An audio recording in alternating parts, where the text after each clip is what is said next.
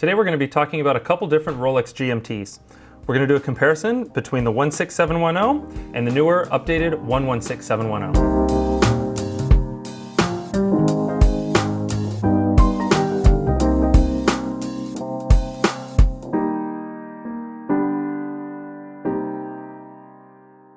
Rolex introduced the GMT-Master collection in 1954 on request of Pan AM Airlines, and this was one of the first GMT watches ever made. The 16710 with the aluminum bezel, which is the three watches we see here on the right, was introduced in 1989, and that ran all the way up until 2007. And this was the final version of this watch with the aluminum bezel. In 2007 it was replaced with the 116710 we see here on the left, and this was replaced with a ceramic bezel as well as a lot of other upgrades.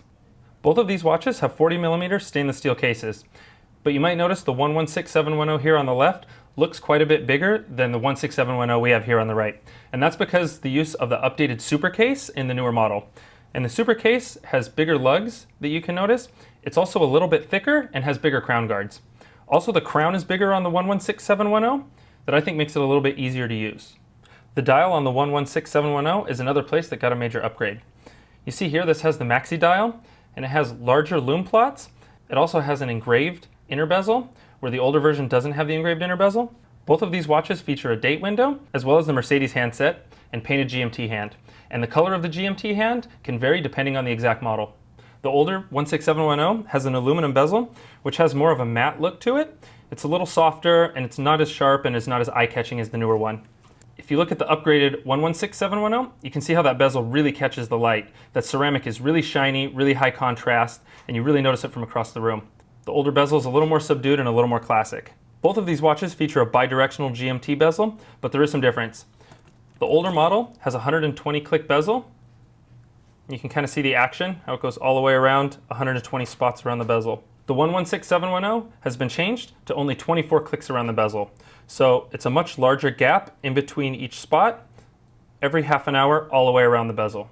The action on the newer watch feels a lot nicer than it does on the previous version. It feels a lot more refined, it feels a lot tighter, it just feels really nice to use, and I feel like the 24 clicks is much more practical than the 120 on the previous version.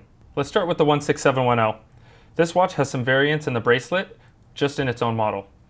The older versions had hollow end links, while the newer versions have solid end links. The 16710 has some variations between the case depending on the year. So the older versions, you will find hollow end links, as well as drilled lugs. And on the newer version, it will have a no-holes case and solid end links. The 16710 also has hollow center links and a completely brushed steel bracelet. That's where the differences start to come out. The 16710, you'll see they have changed to polished center links, and these are going to be a solid bracelet with solid center links. These also will all have solid end links, and they will all have the no-holes case. It's also worth noting that there is no solid end link option available for the Jubilee bracelet, and there is also no safety latch option on the Jubilee bracelet. The newer 116710 has been updated with Rolex's Oyster Lock safety clasp. It's also been fitted with a 5mm Easy Link comfort extension. And that works by just popping it out, and you have a 5mm extra on your bracelet. The 16710 is fitted with Rolex's 3185 movement, and this features an independently movable hour hand at the first position, which is used for setting the GMT function, as well as the date of the watch.